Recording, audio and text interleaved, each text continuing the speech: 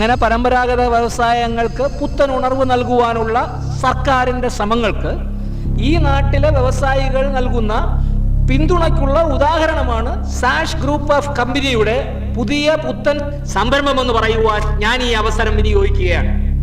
എന്ത് പരമ്പരാഗതം സാർ? അതേക്കുറിച്ച് കൂടുതൽ ഞാൻ പറയാം.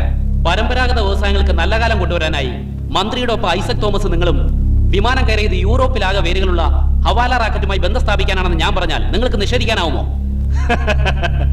എന്താ ഈ പറയണേ? മന്ത്രിക്കൊപ്പം ഞാനും ഐസക് തോമസും യൂറോപ്പൊക്കെ ചുറ്റി കറങ്ങിയെന്നോ?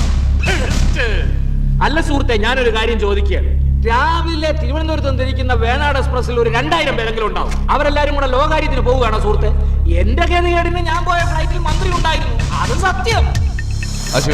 അപ്പോൾ ഇതും സത്യമാണോ? ഏത്? അല്ല, സച്ചിദാനന്ദ മുതലാളിക്ക് രഹസ്യമായി പ്രവർത്തിക്കുന്ന ഒരു ഡിസ്റ്റിലറി ഉണ്ടെന്ന് എന്നാര് പറഞ്ഞു? അല്ല, ഒരു ചാനലിൽ അതേക്കുറിച്ച് ഒരു സ്റ്റോറി ഉണ്ടായിരുന്നു. പറഞ്ഞത് ശരിയാ. ഒരു സ്റ്റോറി, കഥ വെറും കെട്ടേതാ. ഇപ്പൊ പിന്നെ എല്ലാ ചാനലുകളിലും മെഗാ സീരിയലുകളുടെ കാലമല്ലേ? ന്യൂസ് ബേസ്ഡ് പ്രോഗ്രാം ഒക്കെ ഒരു സീരിയൽ പരുവാ. അല്പം കണ്ണീര്, വയലൻസ്, 1, 2 ക്ലൈമാക്സ്. സത്യമൊക്കെ പണ്ടായിരുന്നു.